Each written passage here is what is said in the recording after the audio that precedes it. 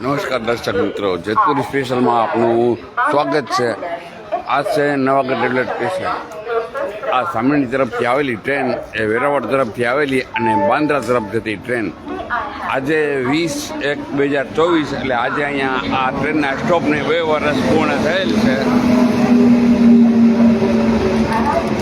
તો આ ટ્રેનના સ્ટોપ માટે જેતપુરની જનતા માટે ઘણા એવા લોકો હતા જે આ ટ્રેનનો અહીંયા સ્ટોપ પ્રમુખ જયંતિભાઈ રામોલિયા અને જેતપુર ચેમ્બર ઓફ કોમર્સના વસંતભાઈ પટેલ, પછી એના MLA અને સાંસદ સભ્ય અને ઘણા એવી અન્ય સંસ્થાઓ દ્વારા આ ટ્રેનનો અહીંયા સ્ટોપ આપવામાં આવેલ હતું. 20/1/2024ના દિવસે આ ટ્રેનનો અહીંયા સ્ટોપ આપવામાં આવેલ હતું. આજે આ ટ્રેનને 2 વર્ષ પૂર્ણ થયેલ છે.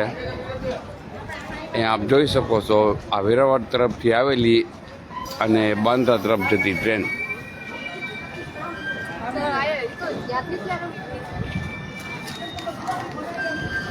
ટૂંકમાં પહેલાં અહીંયા છત હતી, પણ ઓલ્ડ ટાઈપ હતી, એના પતરા નાખવામાં આવેલ છે.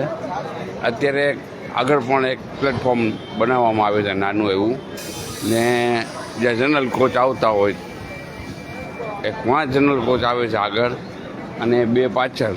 ટૂંકમાં 4 જનરલ કોચ આમાં છે અત્યારે હાલ પૂરતા. તો આજે અહીંયા આ ટ્રેનને 2 વર્ષ પૂર્ણ થયેલ છે. અને અહીંયા મોટી સુવિધા અત્યારે ઊભી થઈ છે કે અહીંયા જે રિઝર્વેશનની વિન્ડો હતી તે સવારે 8થી સાંજે 8 વાગ્યા સુધી ખુલ્લી રહેતી. અત્યારે એ વિન્ડો બપોરના 4 વાગ્યા સુધી જ ખુલ્લી રહે છે. તો હવે આ જેતપુર ઉદ્યોગ નગરી હોવાથી અહીંયા પરપ્રાંતિય લોકો વધુ એમની સંખ્યા હોય છે. તેના માટે જે એક વિન્ડો અત્યારે હાલમાં કરેલી છે રિઝર્વેશન 4 વાગ્યા લગીને. હવે પહેલાં જેમ હતું રાબેતા મુજબ રાત્રે 8 વાગ્યા સુધી હતી વિન્ડો ચાલુ.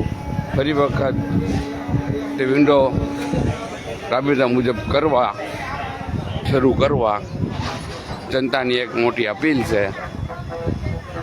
તો વધુ સુવિધા અને સુખાકારી માટે આ રેલવેની જે આ વિન્ડો છે ફરી શરૂ કરે તેવી જેતપુરની જનતાની માંગ ઊભી થયેલ છે.